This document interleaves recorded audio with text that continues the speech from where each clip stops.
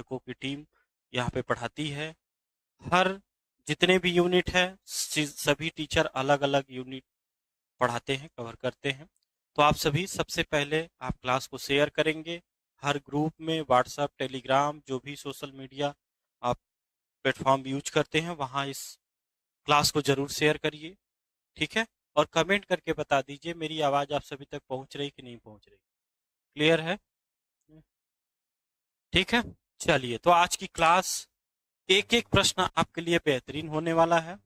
कल कुछ बच्चे जो हमसे जुड़े हुए हैं वो लोग हमें कल भेजे हैं, पेपर हमारे पास आया है और एक एक पेपर हम लगातार कराते जा रहे हैं, ठीक है। जो भी पेपर मेरे पास उपलब्ध हुआ है, एजुकेशन तो मेरा सब्जेक्ट है तो मेरे पास वो पेपर है। बाकी सोशियोलॉजी का पेपर मेरे पास आया और होम साइंस का आया। 3 पेपर मेरे पास है, होम साइंस, सोशियोलॉजी। संस्कृत का भी मिला है, तो संस्कृत की कल बारी है, कल उस क्वेश्चन को करा देंगे। लगातार हम आपको प्रीवियस क्वेश्चन पेपर करा रहे हैं और आप भी केवल आप घर पे क्वेश्चन पेपर सॉल्व करिए। सबसे बढ़िया तरीका, जेआरएफ होने का सबसे अच्छी चीज एक ही है, previous question paper youth competition का।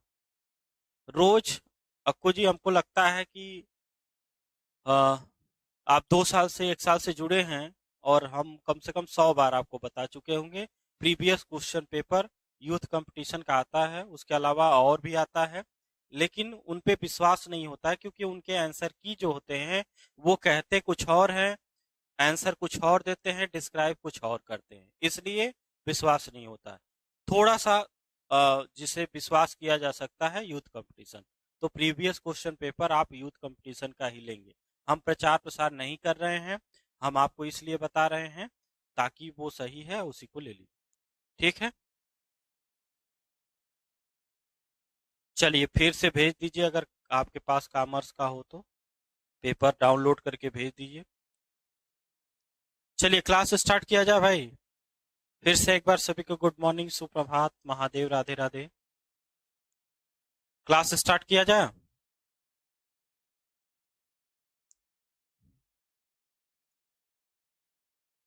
चल तो सरस्वती माँ का नाम लेकर के हम लोग क्लास को स्टार्ट करते हैं, आगे चलते हैं।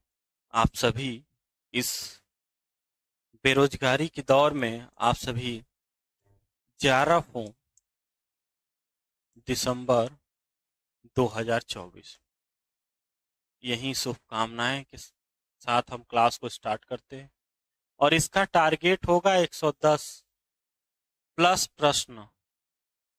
अगर होगा आपके पास 110 प्लस, तब आप क्या होंगे, 11 की तरफ जाए, ठीक है।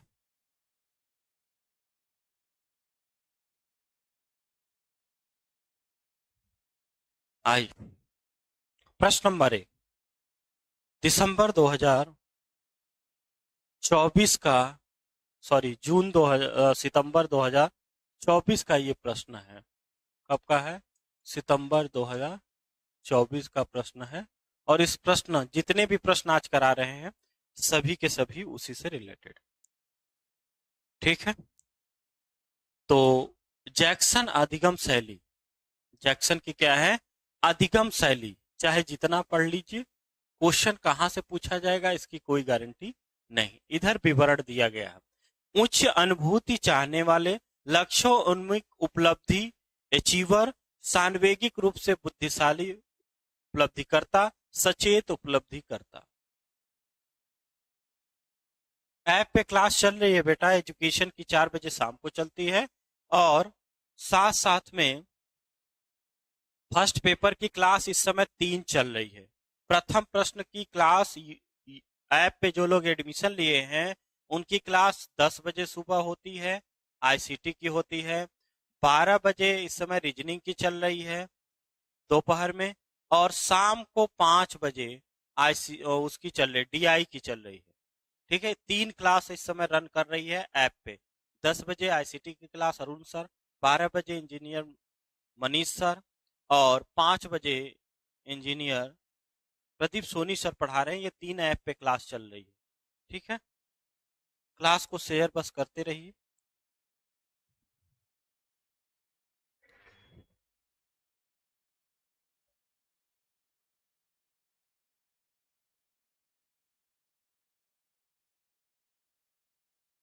पूरी क्लास मिलेगी शीला जी, पूरी क्लास मिल जाती है। जो होमवर्क दिए थे उसको लास्ट में हम एक होमवर्क भी आपको देंगे, फिर आपको वो भी कर देंगे, ठीक है। अब यहाँ पे हम देखते हैं कि उच्च अनुभूति चाहने वाले यानी नए चुनौतीपूर्ण कार्यकलापों में सम्मिलित होते हैं। कौन?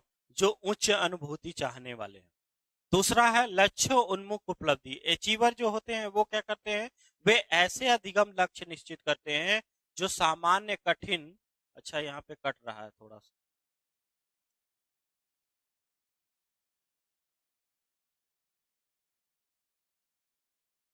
विशिष्ट होते हैं, उनमें उन लक्ष्यों को प्राप्त कर लेने में विश्वास होता है। यानी लक्ष्य की बात हो रही है, लक्ष्योन्मुख हो गए।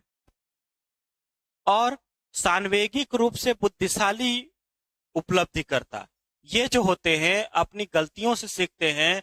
वैज्ञानिक तटस्थ अधिगम शैली अपनाई जाती है सूचना प्रसंस्करण सांवेगिक बुद्धिशील तरीके से। यानी कि हम इसको कर देंगे बी ऑप्शन। सचेत में क्या होगा? यानी ऑप्शन कौन सा है? बी है। क्लियर है? कोई दिक्कत समस्या परेशानी समझने में? ठीक है। तीन होम मतलब एक होमवर्क के लिए मैंने दिया था कल, तीन मुक्त विश्वविद्यालय के बारे में जानने के लिए। चलिए जल्दी से उसके बारे में लास्ट में हम बात करेंगे और फिर होमवर्क भी आपको दे देंगे।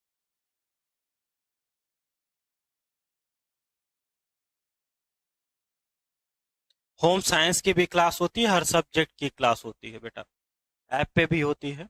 ठीक है, क्लियर है? क्लास शेयर करते रहिए आप सभी। चलिए आगे बढ़ा जाए।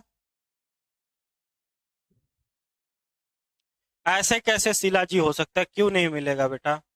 सभी क्लास सभी बच्चों को मिलती है, क्यों नहीं मिलेगी? पार्थ एजुकेशन का ऑफिशियल टेलीग्राम भी ज्वाइन कर लीजिए, साथ साथ में ज्वाइन कर लीजिए, उसको सब्सक्राइब कर लीजिए, सब क्लास मिलेगी, क्यों नहीं मिलेगी? आगे बढ़ा जाए।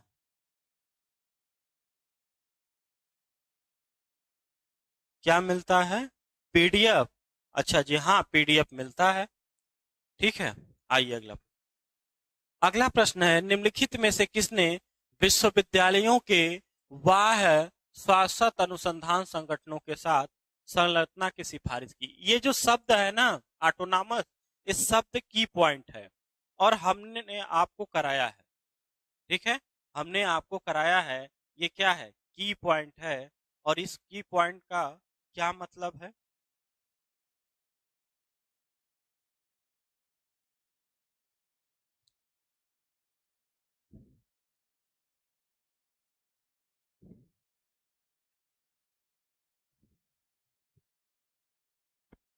ये प्रश्न कब का है? ये सितंबर 2024 का ही प्रश्न है। पहला दिया है भारतीय चिकित्सा अनुसंधान।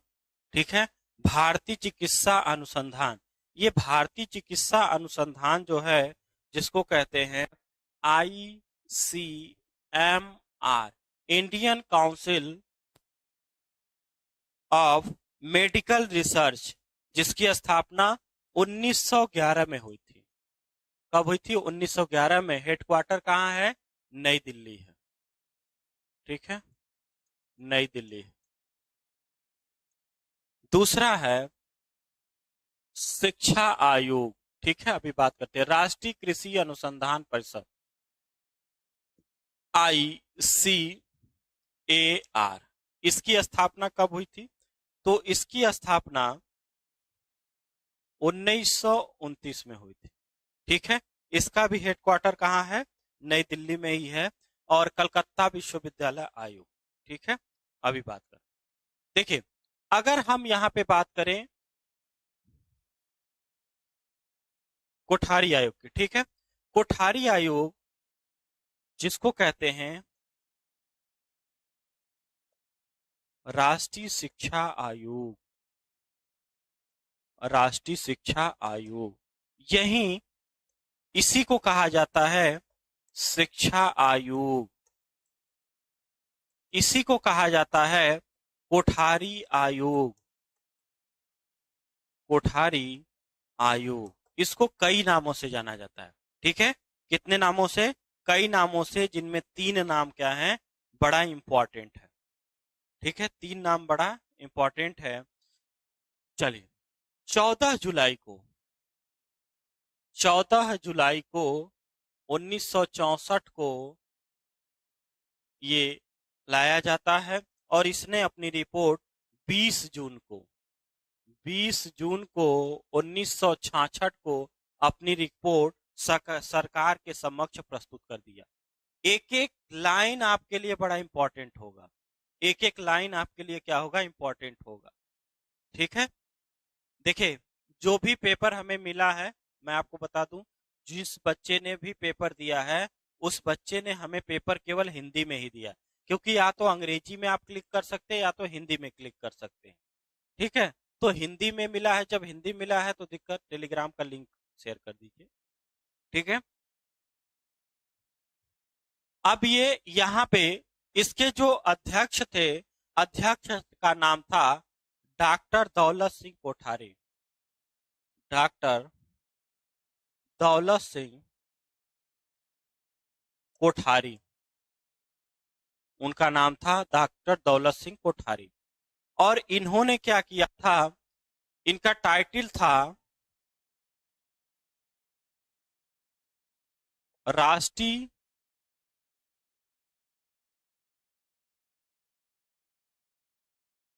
शिक्षा एवं विकास। राष्ट्रीय शिक्षा एवं विकास के नाम से इनका टाइटल था। भारत का भविष्य इनकी कक्षाओं में, भारत का भविष्य उनकी कक्षाओं में निर्मित हो रहा है, उनकी कक्षाओं में निर्मित हो रहा है, निर्मित हो रहा है।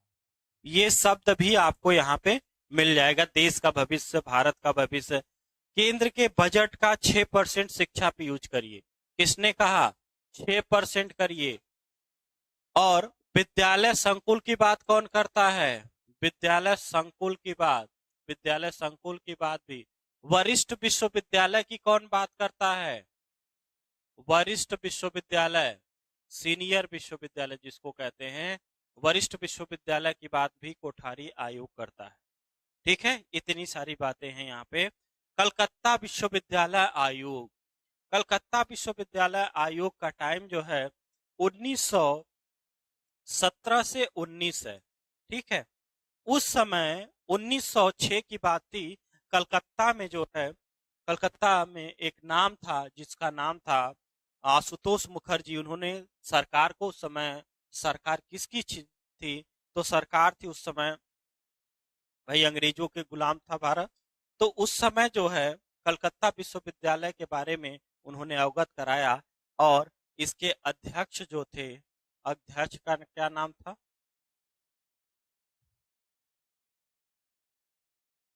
Doctor Michael Sadler. सैडलर, इसलिए इसको सैडलर आयोग भी कहा जाता है, सैडलर आयोग भी कहा जाता है। ठीक है, सैडलर आयोग ने पर्दा स्कूल खोलने की बात की। कलकत्ता विश्वविद्यालय आयोग ने माध्यमिक शिक्षा बोर्ड की स्थापना की बात की। माध्यमिक शिक्षा बोर्ड की स्थापना किया जाए सभी प्रांतों में।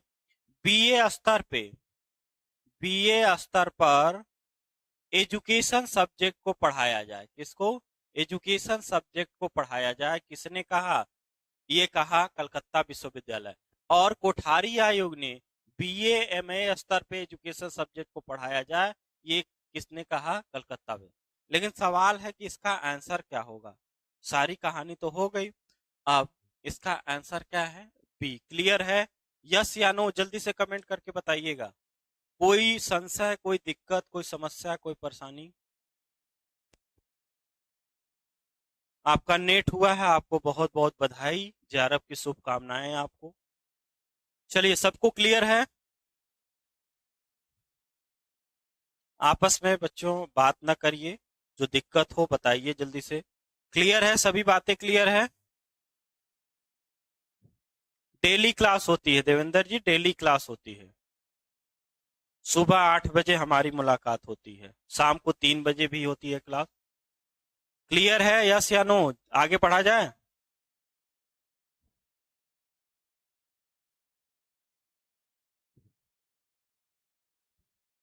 अगला प्रश्न है, ये तो प्रश्न बड़ा बड़ा आ गया भाई, कैसे होगा काम।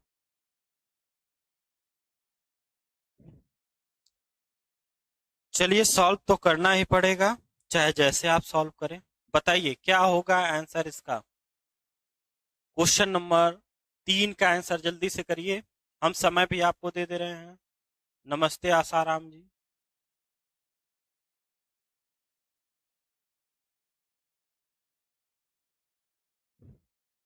ये भी आपका सितंबर का ही क्वेश्चन है, 2024 के क्वेश्चन है। जल्दी से बताइए कैसे सॉल्व किया जाए।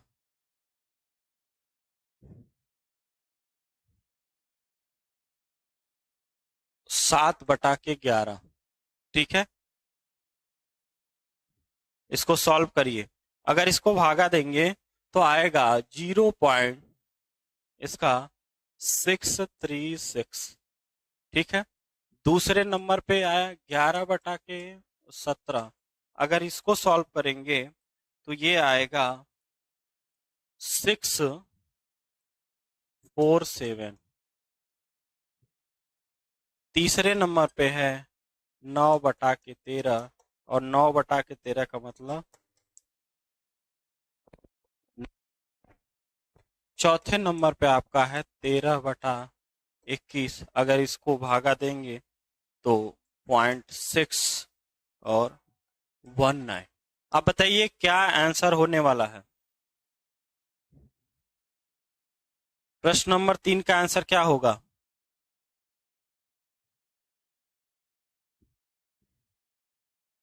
तीन नंबर का आंसर क्या होगा।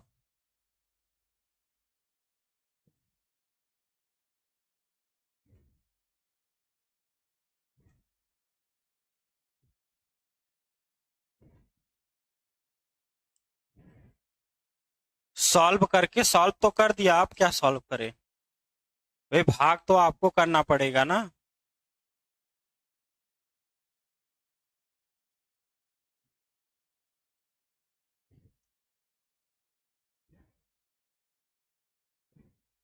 तो कौन सा ऑप्शन होगा सबसे पहले, यानी पूछा कि आरोही क्रम में व्यवस्थित करें। आरोही क्रम का मतलब क्या होता है, बढ़ते क्रम, यानी सबसे पहले हमें सबसे छोटा देखना पड़ेगा। यहां भी देखिए, यहां भी देखिए, यहां भी देखिए, और यहां भी सबसे छोटा तो बेचारा यही है 4 नंबर। अगर 4 नंबर को पहले लाएंगे तो सी ऑप्शन क्या हो जाएगा। ठीक है, क्लियर, आगे बढ़ा जाए। अगला प्रश्न है, संप्रेषण के 5C घटकों को सही अनुक्रम में व्यवस्थित करिए। अगला प्रश्न है, जल्दी से आंसर बताइए।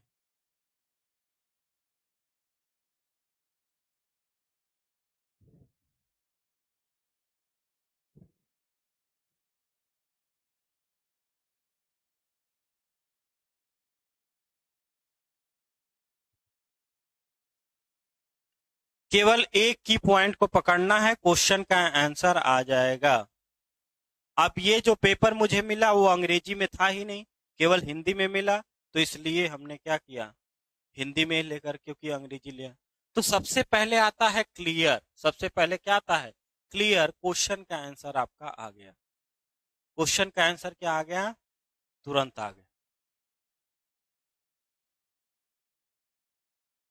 अगला, निम्नलिखित में से किनको शिक्षकों की भूमिका के रूप में नहीं माना जा सकता। क्वेश्चन नंबर 5, ठीक है, इसको डिलीट कर दिया गया है। क्या किया गया, डिलीट कर दिया गया, डिलीट कर दिया गया, ठीक है, याद रखिएगा, इसको डिलीट कर दिया गया है। तो इसको पढ़ने का कोई मतलब नहीं है, 5 को छोड़ देते हैं, आगे चलते हैं। भारत में पहली प्रिंटिंग प्रेस और मुद्रालय की स्थापना हुई थी।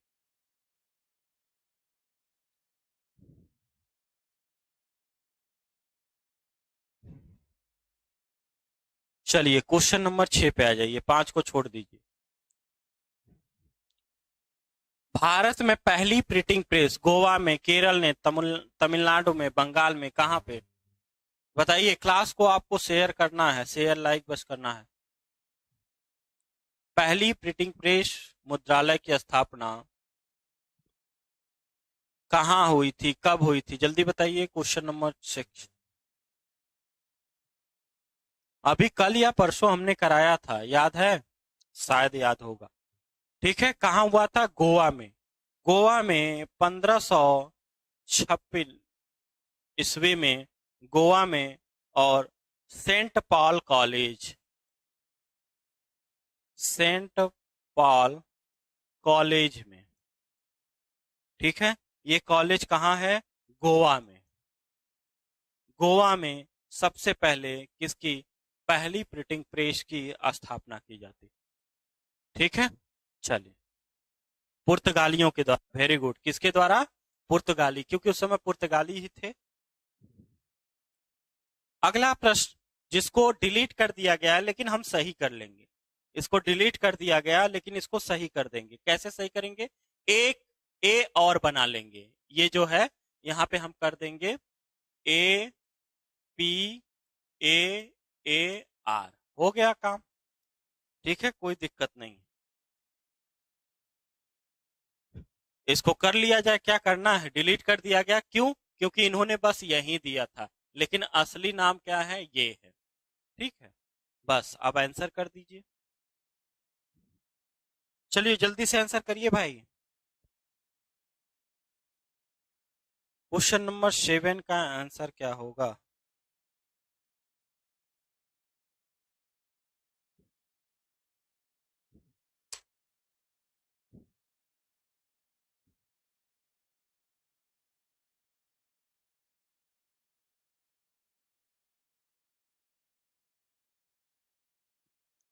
कौन सा आंसर है?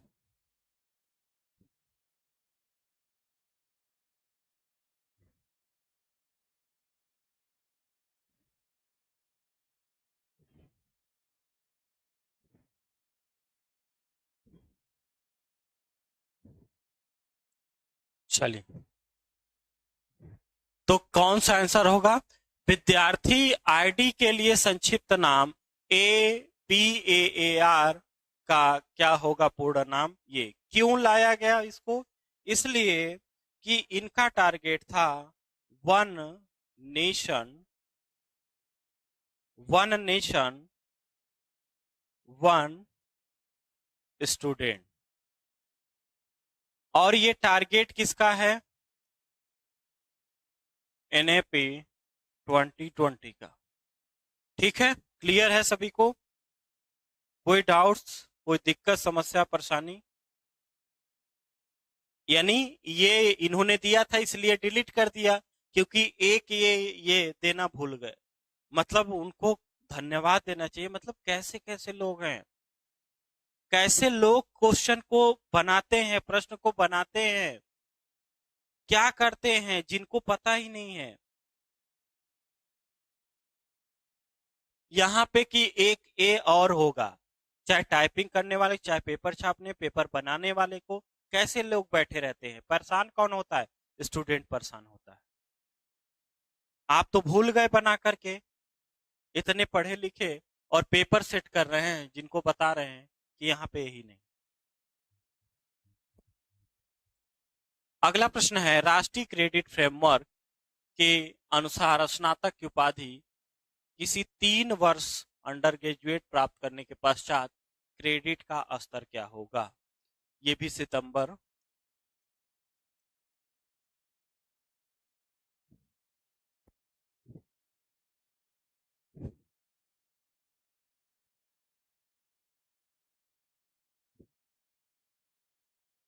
यहाँ पे आर होगा, आई नहीं। नेशनल क्रेडिट्स फ्रेमवर्क, क्रेडिट्स होगा। Yes sir.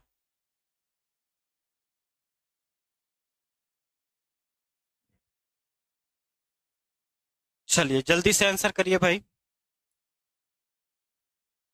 अब यहाँ पे दिया है किसी 3 वर्ष के लिए अंडर ग्रेजुएट के प्राप्त करने के लिए पश्चात अर्जित क्रेडिट कितनी होगी? देखिए, इसमें जो बात की गई है अर्जित क्रेडिट की, वो कुल कितनी होगी?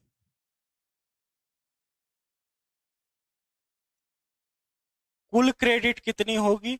तो कुल क्रेडिट होगी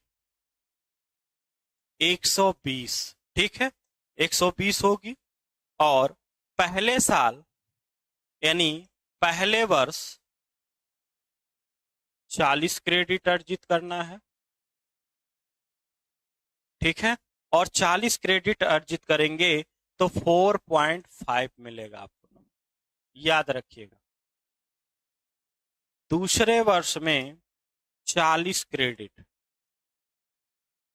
ठीक है, 40 क्रेडिट, तो दूसरे वर्ष में आपको मिल जाएगा 5। तीसरे वर्ष में 40 क्रेडिट,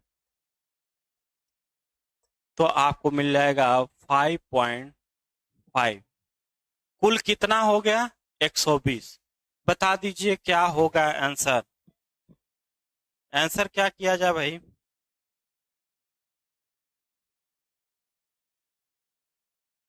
ठीक है, क्या आंसर किया जाएगा जल्दी से बताइए।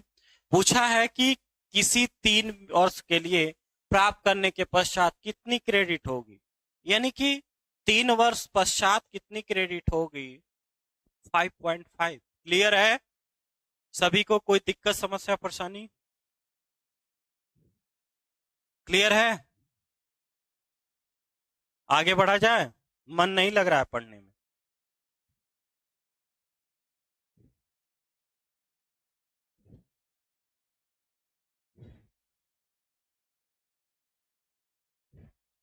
भाई कुछ तो फीडबैक देंगे तभी तो काम बनेगा।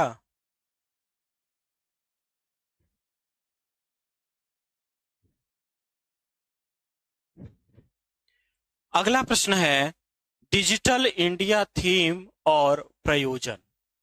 डिजिटल इंडिया थीम और प्रयोजन, 9 नंबर क्वेश्चन।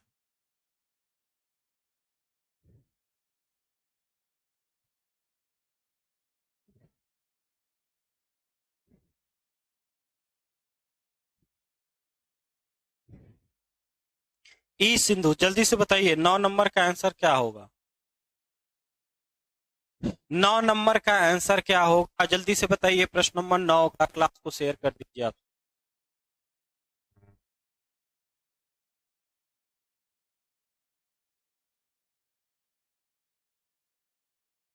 इसको इस पे ध्यान मत ले जाइएगा, वो टाइपिंग करते समय वो भूल गए कि हम क्या, क्योंकि 3 बजे इसकी क्लास चलती है, तो 3 बजे क्लास चलती है जबकि फर्स्ट पेपर होना चाहिए, वो जल्दी जल्दी में भूल गए। कोई बात नहीं, हमें प्रश्न से मतलब है। ठीक है, आइए अब यहाँ जो प्रश्न पूछा गया है उसमें ई सिंधु, ई यंत्र क्या होता है, ई विद्वान क्या होता है, ई कल्प क्या होता है। ठीक है, तो क्वेश्चन का आंसर क्या कर देंगे?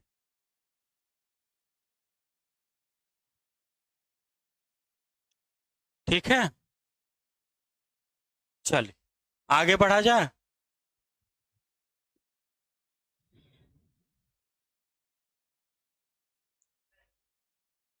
नहीं नहीं नहीं नहीं, बच्चों से पूछ रहे हैं, आगे बढ़ा जाए। आरंभिक चरण में भारत में दूरदर्शन की स्थापना का मुख्य प्रयोजन था। दूरदर्शन की स्थापना का मुख्य प्रयोजन क्या था?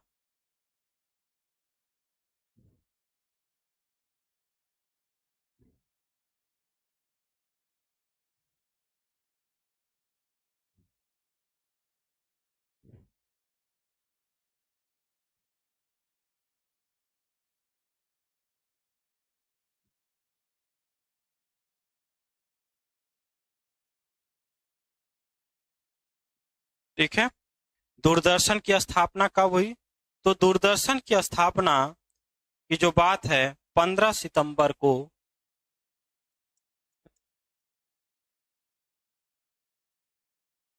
1959 में। ठीक है, दूरदर्शन की क्या होती है? स्थापना होती है। और दूरदर्शन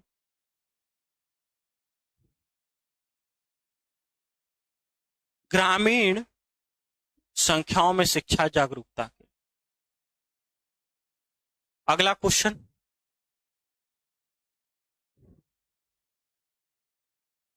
चलिए जल्दी से आंसर करिए। ये क्या है? Nominal, ordinal, interval, ratio. देखिए अंकित लिखा है चाहे कुछ भी लिखा है उससे मतलब नहीं है हमारा, केवल ये मतलब है कि ये प्रश्न पूछा गया है, ठीक है, सितंबर 2024 में, ठीक है।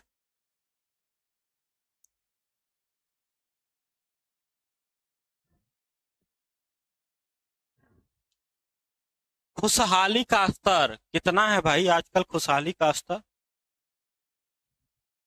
ऊंचाई, कद, रुधिर वर्ग, जन्म का वर्ष, कैसे मैचिंग किया जाए, ठीक है। अब जैसे बात किया जाए कि नॉमिनल का मतलब, जैसे इसमें हम बात करते हैं तो चार वर्ग होते हैं ना, एक होता है A B, A B O, यही होता है ना, चार वर्ग होता है ब्लड का। तो हमने क्या किया था, वर्गीकरण कर दिया। क्या कर दिया? वर्गीकरण कर दिया, यानी कि नॉमिनल हो गया। क्रम सूचक का मतलब क्या होता है? क्रम सूचक का मतलब होता है स्तर, लेवल। खुशहाली का क्या है? स्तर हो गया, ठीक है। अंतराल का मतलब हो गया जन्म का वर्ष। अनुपात का मतलब क्या हो गया? ऊंचाई। यानी सी ऑप्शन। कोई दिक्कत, समस्या, परेशानी? ये कब का प्रश्न है? सितंबर 2024 का ही प्रश्न है, सभी के सभी। क्लियर है? आगे बढ़ा जाए। किसी को कंफ्यूजन किसी प्रकार का? किसी कंफ्यूजन तो नहीं है? एक एक पेपर आपको सॉल्व कराते जा रहे हैं लगातार सितंबर 2000। कोई डाउट्स तो नहीं है?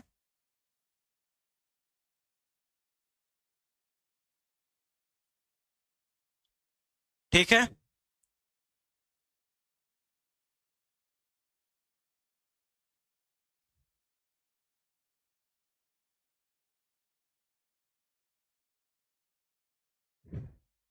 अगला प्रश्न है, व्याप्ति के लिए संदर्भ में निम्नलिखित में से कौन सा दावा गलत है?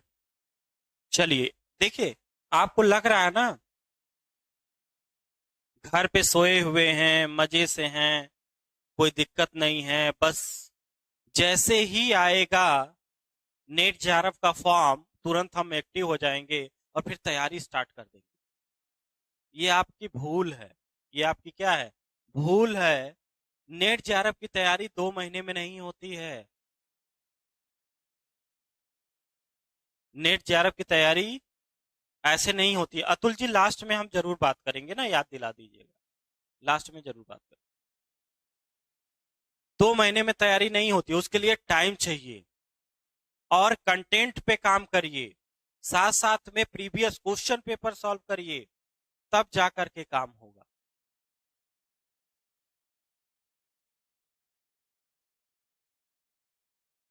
तब समझ में आएगा। इतना क्वेश्चन देखिए, लेवल देखिए क्वेश्चन का, क्वेश्चन नंबर 12 का, ठीक है। 12 में दिया गया है कि चारवाकों के लिए यह तय करना संभव है कि धुआं अपरिहार्य है की ओर सार्वत्रिक रूप से सदैव अग्नि के साथ उपस्थित होता है। बड़ा सिंपल सा प्रश्न है, ठीक है, थोड़ा सा एकदम सिंपल प्रश्न है। बौद्ध के लिए धूमें अग्नि के बीच सर्वसामान्य सभी मामलों के परीक्षण में किए बिना पता लगाया जा सकता है। वेदांतियों के लिए धुएं अग्नि के बीच व्याप्ति सहवर्ती है, साथ ही ये कभी भी बिना धुएं के होने के लिए नहीं की जा सकती है। और न्यायिकों के लिए सामान्य प्रतिकृति बनाने के लिए दोनों परिघटनाओं के बीच कोई हेतुक संबंध या पहचान को निर्धारित करना न तो आसान है न ही आवश्यक है। अब क्वेश्चन का आंसर हम कैसे करेंगे? हमें यह पता है कि जो चारवाक दर्शन है, चारवाक के जो शुरुआत की गई वो बृहस्पति द्वारा की गई, बृहस्पति द्वारा की गई, लेकिन ये बहुत मान्य नहीं है। तो चारवाक को ही माना जाता है। किसको माना जाता है? चारवाक को। और चारवाक का दूसरे दर्शन इस नाम है इसका लोकायत दर्शन। क्या है? लोकायत दर्शन। मतलब इस लोक को मानता है, उस लोक को नहीं मानता, इस लोक को, यानी भौतिकता को मानता है, भौतिकता को मानता है। और ये प्रत्यक्ष को मानता है। एक ही इसमें काम करता है जिसको प्रत्यक्ष, और आप धुएं की बात कर रहे हैं, अपरिहार्य है और सदैव अग्नि के साथ साथ उपस्थित होता है। यानी एक ही स्टेटमेंट यहाँ पे क्या है, रॉन्ग है, क्योंकि ये खुद ही बात करता है प्रत्यक्ष प्रमाण की। ये किसकी बात करता है, आप कहें कि जहां जहां धुआं है वहां वहां आग है, ऐसा हम अनुमान लगा रहे हैं, जबकि ये अनुमान उन्मान को कुछ भी नहीं मानता है, केवल प्रत्यक्ष प्रमाण को मानता है। किसको मानता है, प्रत्यक्ष प्रमाण को। यानी ऑप्शन क्या होगा, पहला ही गलत है।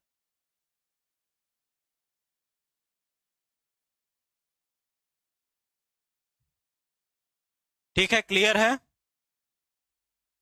आगे बढ़ा जाए। अगला प्रश्न है, निम्नलिखित में से कौन सा राष्ट्रीय मिशन राष्ट्रीय जलवायु परिवर्तन एक्शन प्लान कार्य योजना के अंतर्गत आते हैं, किसके अंतर्गत। चलिए, इस पे ध्यान मत दीजिएगा, ये बाय मिस्टेक हो गया है। ठीक है, आइए अब हम यहाँ पे ध्यान देते हैं कि इस क्वेश्चन का आंसर क्या होगा।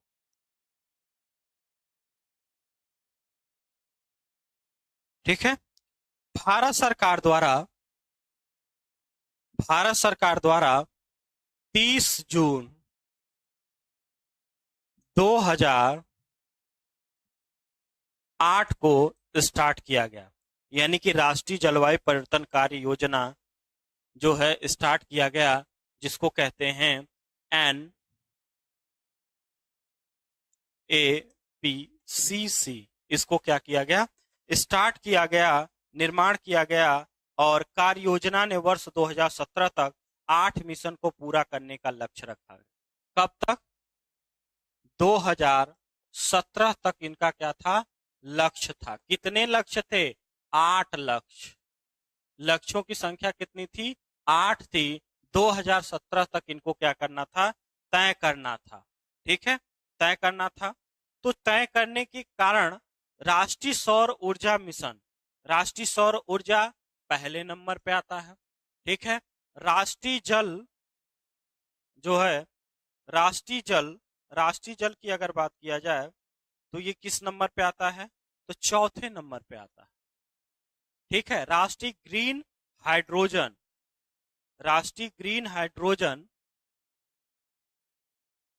मिशन, क्या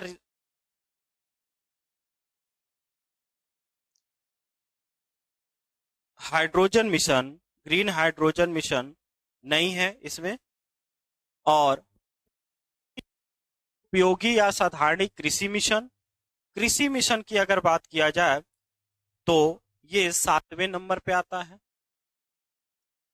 ठीक है, और राष्ट्रीय साधारण पर्यावरण मिशन, तो पर्यावरण मिशन की अगर बात किया जाए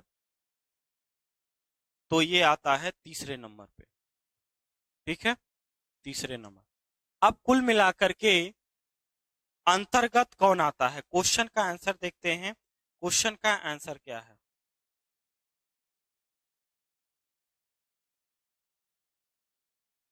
प्रश्न नंबर 13। ठीक है, चलिए बताइए।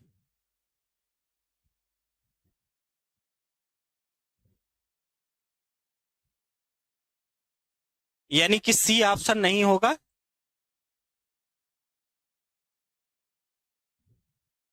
तेरह नंबर क्वेश्चन क्लियर। थोड़ा सा फीडबैक भी दे दिया करिए आप सभी।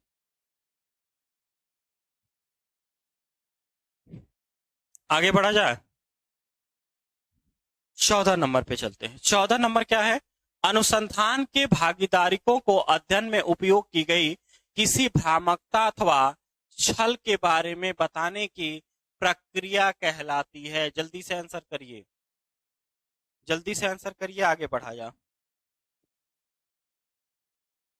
जल्दी से आंसर करिए। क्वेश्चन नंबर 14, तो इसी को कहा जाता है डी हॉकिंग्स। ठीक है, यानी कौन सा ऑप्शन होगा इसका, तीसरा ऑप्शन होगा। अगला प्रश्न है जिसमें संकल्पना और विवरण दिया गया है, इसको जल्दी से आप लोग बता दीजिए।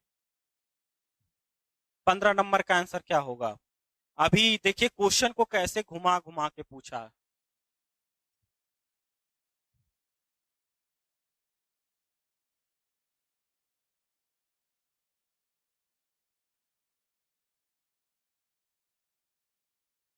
चलिए, पहला दिया है शैक्षणिक वर्ष क्रम सूचक अंतराल अनुपात। आपको लग रहा होगा कि सर ये तो गलत है, क्योंकि यहाँ तो नौमित होना चाहिए क्रमित अंतराल अनुपात। नहीं, ये आपका क्या है, भूल है। जो शैक्षणिक वर्ष होता है, शैक्षणिक वर्ष क्या होता है, जहां पे दो क्रमागत एक विषय एक सम अर्धवार्षिक पाठ्यक्रम होते हैं। क्या होते हैं, अर्धवार्षिक पाठ्यक्रम होते हैं, उन्हें हम क्या कहते हैं, क्रम सूचक। क्या होता है, क्रम सूचक जो होता है जिसमें हम क्या करते हैं, पाठ्यक्रम के लिए ग्रेड पॉइंट क्रेडिट संख्या का गुणनफल करते हैं। अंतराल की बात हम कहां करते हैं, जब पाठ्यक्रम मापा जाता है, प्रति सप्ताह आवश्यकता देने में घंटों को परिभाषित किया जाता है। और अनुपात क्या होता है, अनुपात कार्यक्रम के अंतर्गत पढ़ाई जाने वाले विषय अधिगम उद्देश्यों और परिणामों को परिभाषित करना। ठीक है, तो ऑप्शन हम कौन सा करेंगे, ऑप्शन हम करेंगे सी को। ठीक है, किसको करेंगे, सी ऑप्शन को हम क्या करेंगे,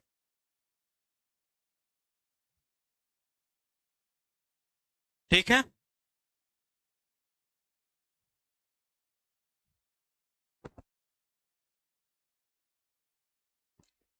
चलिए, 15 नंबर का अगला क्वेश्चन है, साहित्यिक चोरी यूजीसी विनियम 2018 के अनुसार अनुसंधान प्रकाशनों निम्नलिखित में से कितनी समानताओं के लिए किसी संकाय दो क्रमित वर्ष वेतन वृद्धि से वंचित कर दिया जाएगा। आप क्वेश्चन पूछा गया है तो हम आपको बता दें कि 0 लेवल होता है, 1 होता है, 2 होता है, 3, यानी इतने लेवल होते हैं। यहाँ 0% से लेकर के 10% तक प्लेरिज्म आता है तो एक्सेप्ट हो जाता है।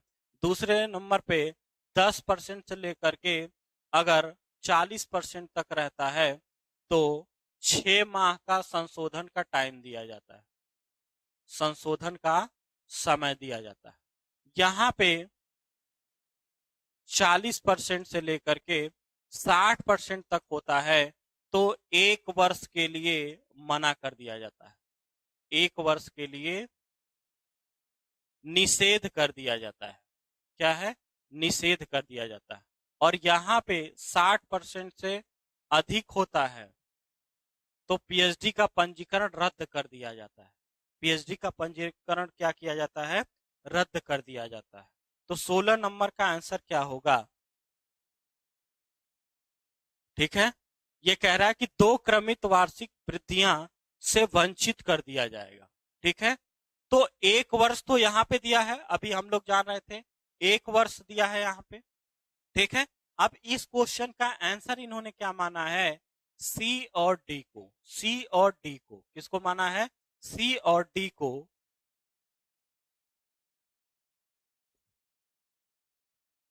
अगला प्रश्न है, निम्नलिखित में से फेलोशिप प्रोग्राम आरंभ होने के वर्ष के अनुसार कार्यक्रम में व्यवस्थित कीजिए। नया सवेरा, अच्छा नया सवेरा यानी जेआरएफ, निःशुल्क कोचिंग सहसंबंध योजना, उस्ताद प्रधानमंत्री जन विकास योजना, मौलाना आजाद राष्ट्रीय फेलोशिप।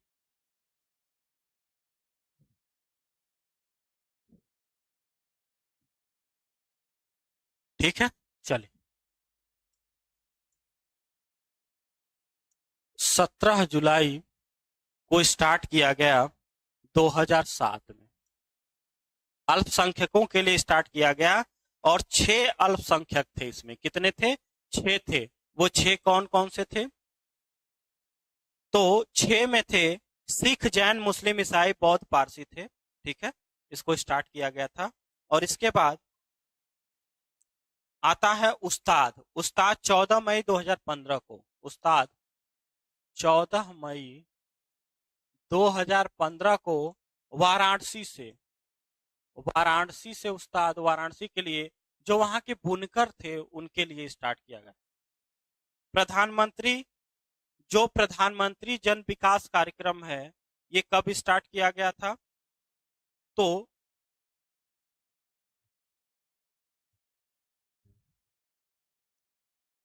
1 अप्रैल 2018 को, 1 अप्रैल 2018 को।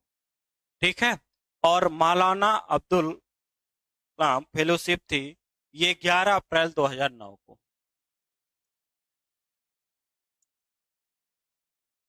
दो हजार। आप बताइए क्या आंसर होगा।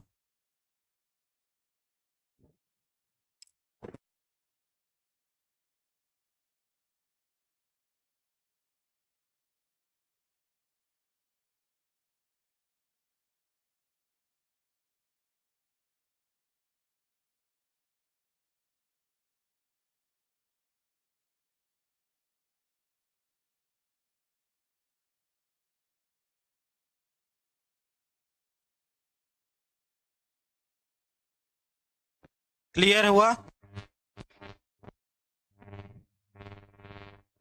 बताइए क्या आप समझते हो भाई। बी को मान लिया जाए। बी को मान लिया जाए। चलिए।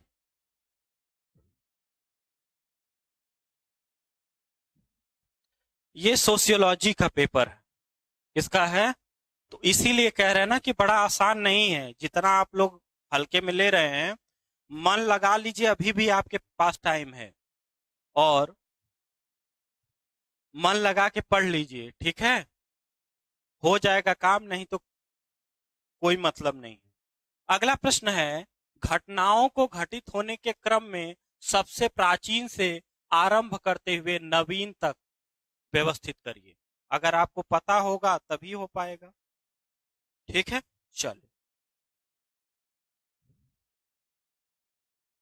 पढ़ना तो पड़ेगा ही, अगर जेआरएफ होना है तो पढ़ना तो पड़ेगा ही। भोपाल गैस त्रासदी। भोपाल में गैस की त्रासदी हो गई। मिथ मिथाइल आइसोसाइनेट MIC के कारण। किसके। MIC के कारण। मिथाइल आइस नोट के कारण 2 दिसंबर 1989 को। 2 दिसंबर भोपाल में। ठीक है। फुकुशिमा दुर्घटना। फुकुशिमा दुर्घटना कहाँ भई हुई। 2011 में जापान में। 2011 में जापान में। ठीक है। चेरनोबिल दुर्घटना कब हुई। 26 अप्रैल। 26 अप्रैल 1986 में। ठीक है। 1986 में यूक्रेन से। कहां से। यूक्रेन। ठीक है। कैलिफोर्निया स्माग कोहरा। कैलिफोर्निया 1943। और लंदन स्माग 1952। आप बता दीजिए आंसर। अब आपके ऊपर है, आंसर जल्दी से बताइए। सबसे पहले नंबर पे कौन आएगा। क्या दिया है। सबसे प्राचीन से आरंभ करते हुए नवीन। तो सबसे प्राचीन कौन है। डी है। डी सबसे प्राचीन है। डी के बाद कौन आएगा। ई आएगा। डी के बाद ई केवल यहीं पे लग रहा है। डी के बाद ई यहीं पे लग रहा है। ठीक है। चलिए। क्लियर है।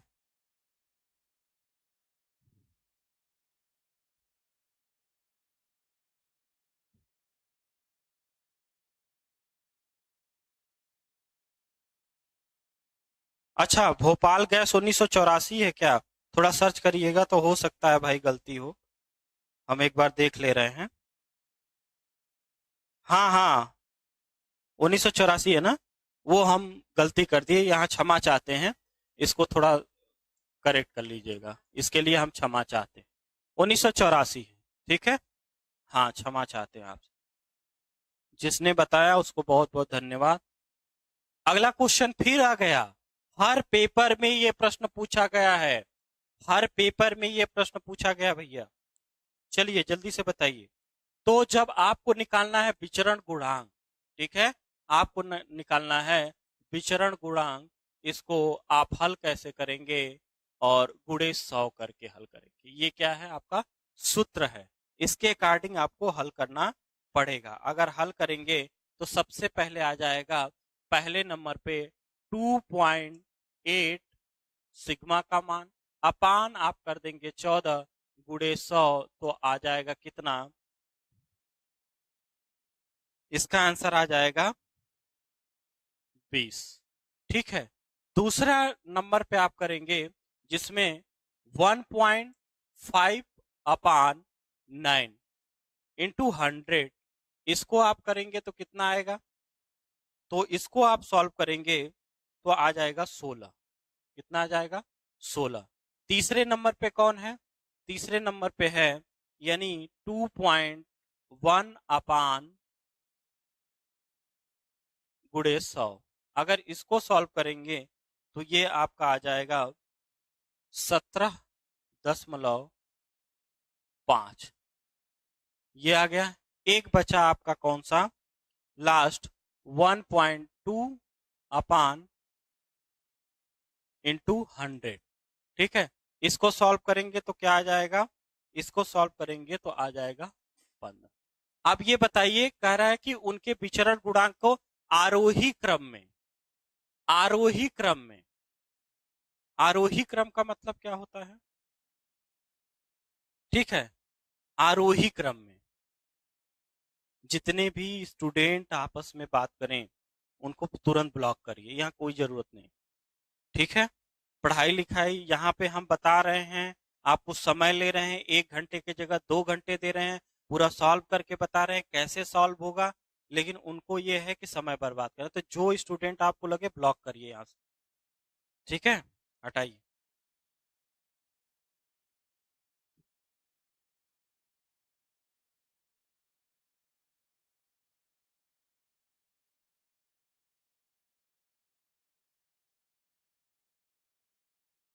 भाई कोई बात नहीं है, 100 है, गलती हो गई, मतलब ध्यान देना है कहाँ गलती हुई है। तो सबसे पहले नंबर पे कौन आएगा, ठीक है, सबसे यानी घटते से बढ़ते क्रम में ले जाना। ठीक है,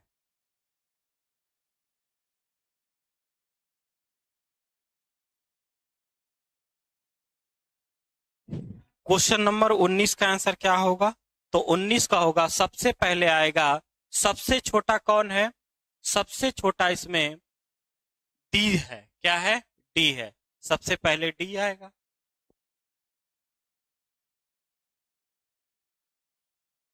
ठीक है,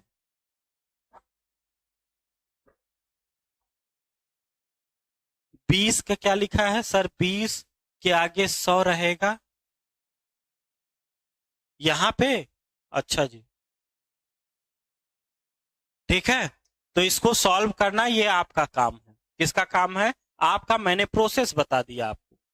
चलिए अगले क्वेश्चन पे, अगला क्वेश्चन 20 नंबर क्या कह रहा है, 20 नंबर को हम लोग जल्दी सॉल्व करते हैं। एफएम समाचार पत्र, टीवी चैनल, इंटरनेट। ठीक है, एफएम क्या है, रेडियो मिर्ची, रेडियो मिर्ची से बोल रहे हैं, चार पत्र, टीवी चैनल का नाम और इंटरनेट का नाम। क्वेश्चन का आंसर क्या है, बी। ये सब याद करना पड़ेगा। ठीक है, ये सब आप क्या करना पड़ेगा, सितंबर 2024 के प्रश्न है। सार्जेंट योजना का प्रमुख दोष था, सार्जेंट योजना कब आई थी, 1944 में, स्वतंत्र भारत से पहले। इसने AICT की स्थापना की, इन्होंने तकनीकी शिक्षा में काम किया। ठीक है, तकनीकी शिक्षा में काम किया। इन्होंने यूजीसी की स्थापना की बात की, किसकी, यूजीसी की स्थापना की बात की। जब यूजीसी की स्थापना की बात की तो यूजीसी को 1946 में स्थापित किया जाता है, लेकिन उसका नाम था विश्वविद्यालय अनुदान समिति, अनुदान समिति नाम था। ठीक है, उसका नाम यहाँ पे क्या था, समिति नाम था। वही समिति चेंज होकर के 28 दिसंबर 1953 में विश्वविद्यालय अनुदान आयोग बन जाता है। ठीक है, चलिए, तो इन्होंने इसमें कौन सा ऑप्शन सही नहीं है, ठीक है, तो इन्होंने आर्थिक संस्थाओं को एकीकरण की बात की, सामाजिक क्षेत्र को महत्व दिया, तकनीकी को अधिक महत्व दिया, इन्होंने महाविद्यालयों को अत्यधिक चयनात्मक प्रवेश की बात। दोष इनका क्या था, यही था। ठीक है, डीप में पढ़ना पड़ेगा तब काम होगा, तुक्का लगाने से काम नहीं चलेगा।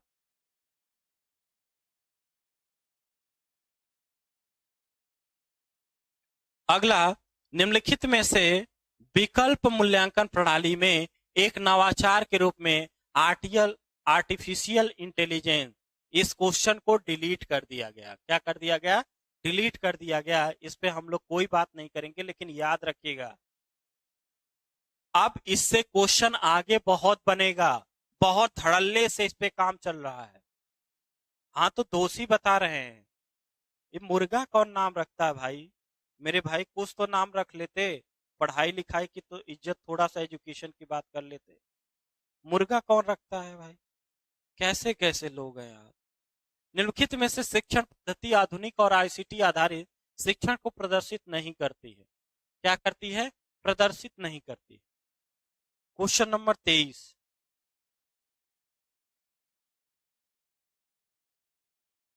क्वेश्चन नंबर 23 नहीं करती है। कौन आधुनिक और आईसीटी आधारित किसको किसको नहीं करती है, स्वर पठन और कंठस्थ के बाद बिल्कुल नहीं करती है। फ्लिप्ड क्लासरूम, यानी कि आपको पढ़ाने से पहले जब प्रिंट आउट मटेरियल हम आपको दे दें, क्लास में आपसे डिस्कशन करें, तो उसे ही फ्लिप्ड क्लासरूम कहा जाता है। जैसे आपको ये जो मैटर आज हम पढ़ा रहे हैं, ये आपको पहले ही दे दे, आप प्रिंट आउट निकाल लीजिए, फिर पढ़ के आइए, हम आपसे क्लास में डिस्कशन करें, तो उसी को फ्लिप्ड क्लासरूम कहा जाता है। ठीक है, ये भी होता है।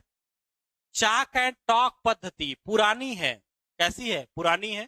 क्वेश्चन का आंसर आ गया सिंपल तरीके से, कोई दिक्कत समस्या परेशानी तो नहीं हुई। अगला प्रश्न है, एक शोध परियोजना निम्नलिखित में शोध गति को कार्यक्रम में व्यवस्थित करिए। प्रतिवेदन का लेखन होगा, शोध समस्या का सूत्रीकरण होगा, साक्षात्कार अनुसूची का क्रियान्वयन होगा, प्रतिदर्श का चयन होगा, आंकड़ों का सारणीकरण होगा। अगला प्रश्न है 24 नंबर, शोध परियोजना। सबसे पहले आप रिसर्च में क्या करेंगे। क्वेश्चन नंबर 24, ठीक है, सबसे पहले आप क्या करेंगे, सबसे पहले हम क्या करेंगे, शोध समस्या का सूत्रीकरण, यानी कि शोध समस्या का चयन करना। ठीक है, चयन करेंगे, चयन करने के बाद हम क्या करेंगे, प्रतिदर्श को ले आएंगे दूसरे नंबर पे। तीसरे नंबर पे हम क्या करेंगे, अनुसूची का यूज करेंगे, और इसके बाद हम चौथे नंबर पे लास्ट में हम क्या करेंगे, यानी आंसर क्या करेंगे 4। कब का ये क्वेश्चन है, पीएचडी सीएजी हर जगह काम नहीं देगा, पीएचडी सीएजी हर जगह काम नहीं देगा, आपको अपडेट होना पड़ेगा, आपको क्या करना पड़ेगा, अपडेट होना पड़ेगा। अगला क्वेश्चन है, निम्नलिखित में से अच्छे प्रतिदर्श को विशेषताएं बताइए।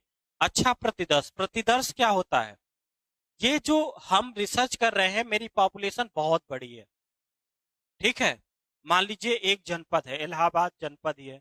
अब प्रयागराज जो जनपद है वो बहुत बड़ा है, तो क्या सभी लोगों से मिल सकते हैं, नहीं मिल सकते, तो उसमें से कुछ लोगों को ही हम सेलेक्ट करेंगे। तो इसमें से कुछ लोगों को हमने सेलेक्ट किया, उनको सिंपल कहते हैं, ये पूरी पॉपुलेशन होती है। तो जो सेलेक्ट किया जाता है उसी को क्या कहा जाता है, प्रतिदर्श कहा जाता है। अगर प्रतिदर्श कहा जाता है तो इसका आंसर क्या होगा, इसका परिणाम वास्तविक प्रतिनिधित्व होना चाहिए, जो इसका परिणाम आए वो वास्तविक प्रतिनिधित्व प्रतिदर्श होना चाहिए। साथ साथ में इस प्रकार होना चाहिए जिसके परिणाम को निम्न प्रतिदर्श चयन त्रुटि हो, यानी कम त्रुटि हो, क्या हो, कम त्रुटि हो उसमें, और शोध अध्ययन के लिए उपलब्ध निधि के संदर्भ में व्यवहारिक भी होना चाहिए। इस प्रकार होना चाहिए प्रणालीगत पूर्वाग्रह एक अच्छी विधि से नियंत्रित किया जा सके, यानी बी ऑप्शन क्या हो रहा है, सही हो रहा है। क्लियर है सभी को, क्वेश्चन नंबर 25 क्लियर है। चलिए अगला प्रश्न है, यदि शोध का उद्देश्य चरों के बीच, किसके बीच, नैमित्तिक संबंध को प्राकल्पना की जांच की, पॉइंट देखिए आपको मिलता जा रहा है, कौन से शोध प्रारूप को सर्वाधिक, क्या सूत्रात्मक शोध कौन सा है भगवान जाने, वर्णात्मक शोध, experimental research, diagnostic. Experimental research एक मात्रात्मक शोध होता है, कैसा शोध होता है, मात्रात्मक शोध होता है जहां पे हम कारण और प्रभाव को देखते हैं। यहाँ पे हम वैधता को देखते हैं, और वैधता दो प्रकार की होती है। ठीक है, इसको यहाँ पे लिख दे रहे हैं।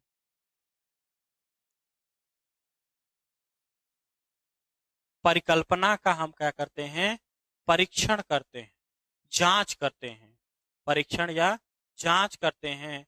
और कॉज इफेक्ट वैधता देखते हैं, क्या करते हैं, वैधता देखते हैं। वैधता दो प्रकार की होती है, एक आंतरिक होती है और एक बाह्य होती है। स्वतंत्र चर पे कंट्रोल करते हैं, इसको क्या मतलब होता है, सामान्यीकरण। आगे प्रश्न आपको बहुत सारे मिलेंगे, क्या होगा, कल कराएंगे तो ये काम देगा। आपसे पूछेंगे कि वैधता जो एक्सपेरिमेंटल रिसर्च में हमने आपको बताया था उसका मतलब क्या होता है, रिजल्ट का सामान्य। स्वतंत्र चर में जोड़ तोड़ करने से परतंत्र चर पे क्या इफेक्ट पड़ता है। ठीक है, ये सभी बाह्य चर को हम क्या करते हैं, नियंत्रित करते हैं, कॉज इफेक्ट देखते हैं। ये सारी चीजें हम कहाँ करते हैं, एक्सपेरिमेंटल रिसर्च में। यानी आंसर हमारा क्या हो जाएगा, सी हो जाएगा। ठीक है, हाँ, जोड़ तोड़ करते हैं, क्या करते हैं, जोड़ तोड़ करते हैं, मैनिपुलेशन करते हैं, नियंत्रण करते हैं। वो सभी बातें हम क्या करते हैं, यहाँ पे नियंत्रण करने का भी कार्य किया जाता है। ठीक है, बहुत सारी बातें आपको क्या करना है, याद रख। अगला प्रश्न है, अगर हम प्रतिचयन त्रुटि में माप त्रुटि और प्रतिचयन त्रुटि जोड़ देंगे तो हमें क्या प्राप्त होगा। क्वेश्चन नंबर 27 सितंबर का क्वेश्चन है, अपडेट होना पड़ेगा, आपको अपडेट होना पड़ेगा। चलिए जल्दी से बताइए 27 का आंसर क्या होगा। ठीक है, null hypothesis accept when P value large F 0.0048। और क्या लिखा है आपने, ठीक है, चलिए।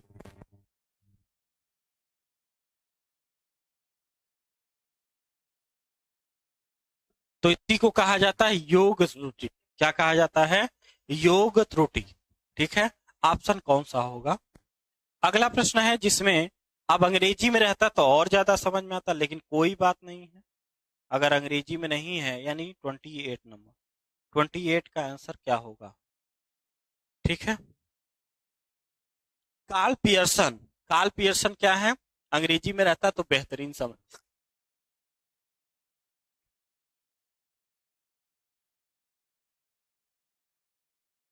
ठीक है, और मानक विचलन क्या होता है, केंद्रीय प्रवृत्ति का माप होता है, नहीं होता है। यानी सब चीज इन्होंने क्या कर दिया, गलत कर दिया। अंग्रेजी रहता तो समझ में आता कि नहीं, ये विचलनशीलता की माप होती है। क्या होती है, विचलनशीलता की माप होती है, ये केंद्रीय प्रवृत्ति की माप नहीं होती है। लेकिन इन्होंने वो कर दिया है, इसलिए थोड़ा सा गलत हो गया। ठीक है, तो केंद्रीय प्रवृत्ति की माप इन्होंने माना किसको है, ए ऑप्शन को माना है। ठीक है, बहुचर संकुल विश्लेषण होता है, महत्व की जांच क्या होता है, अंग्रेजी रहता है तो बेहतरीन, क्योंकि यहाँ पे मानक विचलन विचलनशीलता की माप होता है, केंद्रीय प्रवृत्ति के माप मीन मीडियन मोड होता है। विचलनशीलता की माप में आपका रेंज होता है, माध्य विचलन होता है, चतुर्थक विचलन होता है और मानक विचलन होता है, चार होते हैं। ठीक है, तो ये कहीं ना कहीं गलत है, लेकिन इन्होंने ए माना है। क्या माना है, ए माना। अगला प्रश्न है, एक श्रेणी के अंतिम मदों मूल्य के बीच के रूप में परिभाषित अवसर्जन का सबसे आसान माप। देखिए यहाँ क्वेश्चन को हम आसान बना रहे हैं, हम कैसे आसान बनाएंगे, ये पूछा है विचलनशीलता की माप, ये पूछा है विचलनशीलता की माप। ठीक है, विचलनशीलता की माप। अब विचलनशीलता की माप केवल एक ही होती है, रेंज होता है, बात खत्म हो गई। विचलनशीलता की माप क्या होती है, रेंज होता है, माध्य विचलन होता है, या उसी को मध्यमान विचलन कहते हैं, चतुर्थक विचलन, मानक विचलन, ये चार होते हैं जिसमें रेंज दिया हुआ। मीन मीडियन मोड क्या होते हैं, केंद्रीय प्रवृत्ति के माप होते हैं। अब आपको मैं बता दूं केंद्रीय प्रवृत्ति के माप क्या होते हैं, स्टैटिक्स में जब कई मानों को एक मान में प्रदर्शित कर दें तो केंद्रीय प्रवृत्ति का माप होता है, और कोई मान अपने मान से कितना विचलित है वो विचलनशीलता के माप में देखा जाता है। तो मीन, मीडियन, मोड केंद्रीय प्रवृत्ति के माप होते हैं। ठीक है, शाम को 3 बजे हमसे जुड़ेंगे तो आपको ये बातें समझ में। बड़ा छोटा सा क्वेश्चन, उपरोक्त कथनों को तर्क का प्रकार क्या है? सभी पक्षी अंडे देते हैं। पक्षी, कौवे पक्षी, कौवा भी पक्षी है, कौवे अंडे देते हैं। तो क्वेश्चन का आंसर बड़ा सिंपल है और आज का लास्ट प्रश्न है। आज का लास्ट प्रश्न है हमारे तरफ से। ठीक है, चलिए। दो चीजें होती हैं, एक होता है आगमन विधि। आगमन विधि, ठीक है। आगमन विधि क्या कहता है? ये विशिष्ट से सामान्य की तरफ चलता है। ठीक है, विशिष्ट से सामान्य की तरफ। ये उदाहरण से नियम की तरफ चलता है। क्या चलता है? नियम की तरफ चलता है। ये जो आगमन विधि किसने दिया? अरस्तु ने दिया। किसने दिया? अरस्तु ने दिया। निगमन विधि, निगमन विधि किसने दिया? अरस्तु ने दिया।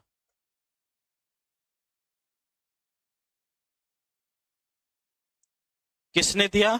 अरस्तु ने दिया। लेकिन अगर ऑप्शन में अरस्तु नहीं है आगमन निगमन, तो आप लगाएंगे बेकन। क्या लगाएंगे?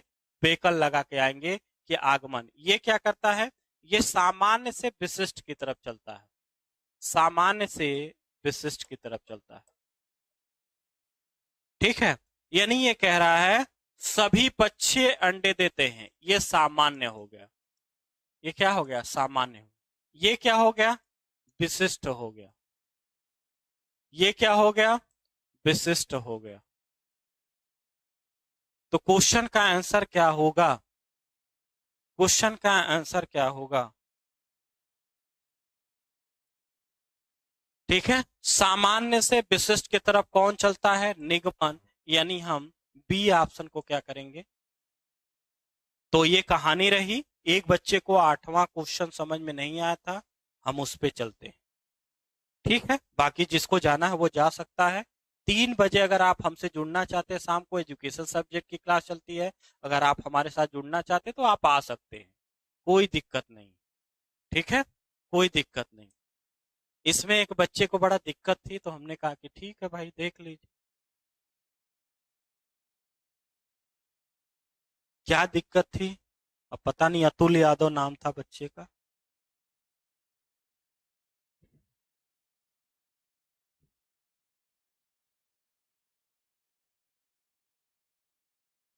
क्लास अच्छी लगेगी तो शेयर लाइक कर दीजिएगा, कमेंट करके बता दीजिएगा। और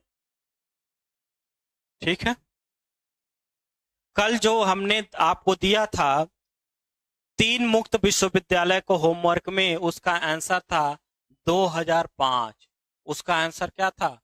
2005 में कल हमने आपको होमवर्क दिया था, उसका आंसर क्या था? 3 विश्वविद्यालय की स्थापना के बाद, वो 2005 में। ठीक है, चलिए 12 नंबर भी क्वेश्चन पे भी आ जाते हैं। 12 नंबर भी देख लीजिए। 12 नंबर में क्या आपको दिक्कत आ रही है? हमने कहा कि व्याप्ति के संदर्भ में निम्नलिखित में से दावा गलत है। ये कह रहे चार्वाक ये तय करना संभव है कि धुआं अपर्याय और सार्वत्रिक रूप से सभी जगह सदैव अग्नि के साथ साथ उपस्थित होता है। जहां जहां धुआं होता है वहां वहां अग्नि होती है। ठीक है, तो ये जो कहा गया, अब पहले कुछ क्वेश्चन और पूछे, पहले उसका जवाब दे। तो ये प्रत्यक्ष प्रमाण को मानता है, तो एक ही ऑप्शन क्या हो गया? गलत हो गया। बाकी सब क्या है? सही है। ठीक है, 12 नंबर भी हो गया। और कौन क्वेश्चन में डाउट्स हैं? तो सृष्टि गंगवार जी नेट पे सर्च कर लीजिए, मिल जाएगा बेटा, है ना? नहीं मिला क्या नेट पे?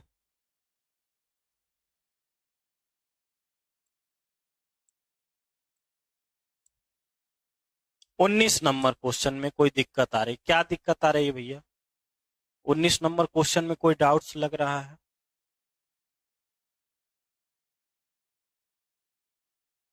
जो देखिए, जो चीजें आपके गूगल पे, गूगल है, बहुत सारी चीजें हैं अवेलेबल है, तो वहां पे आप देख लीजिए। ठीक है, जब ना समझ में आए तब हम हैं ही, कोई दिक्कत नहीं है। बताइए क्या दिक्कत है, जल्दी से बताइए रीना जी।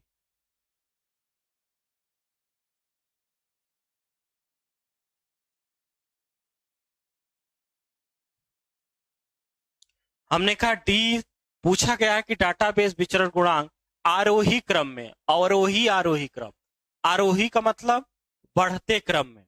ठीक है, सबसे छोटा कौन है? हमने कहा सबसे छोटा है 15। 15 के बाद दूसरे नंबर पे कौन आएगा? दूसरे नंबर पे आएगा 16 नंबर। तीसरे नंबर पे कौन आएगा? सी आएगा। चौथे नंबर पे कौन आएगा?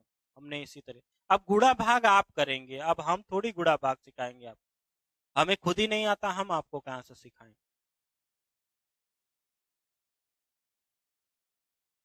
कनक जी, अगर आपको एसडीजी की पीडीएफ गूगल पे नहीं मिल रही है तो हम, बताइए, पढ़ाना लिखाना हमारा सब बेकार है। देखिए, गूगल पे आपके सामने हम सर्च कर रहे हैं, ठीक है, ये गूगल है, ठीक है। हमने लिखा क्या? हमने लिखा एसडीजी गोल्स। ठीक है, एसडीजी क्या है? गोल्स। एसडीजी गोल्स हमने यहाँ पे टाइप कर दिया। ठीक है, ये आपका सामने आ गया, देखिए। कैसे नहीं मिलेगा? पूरी दुनिया को मिल गया। अब यहाँ पूरी वेबसाइट आ गई। वेबसाइट में क्या है? 169 टारगेट है। ए भाई, पेन ओन का मामला चलेगा कि नहीं? 169 टारगेट है। इवेंट कितने हैं?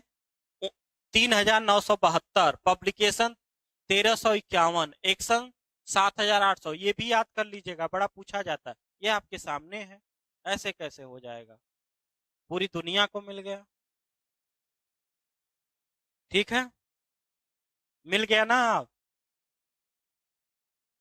अब हमें परमिशन दीजिए आप लोग जाने के लिए। परमिशन है जाने के लिए? क्लास को शेयर लाइक जरूर करिएगा। ठीक है।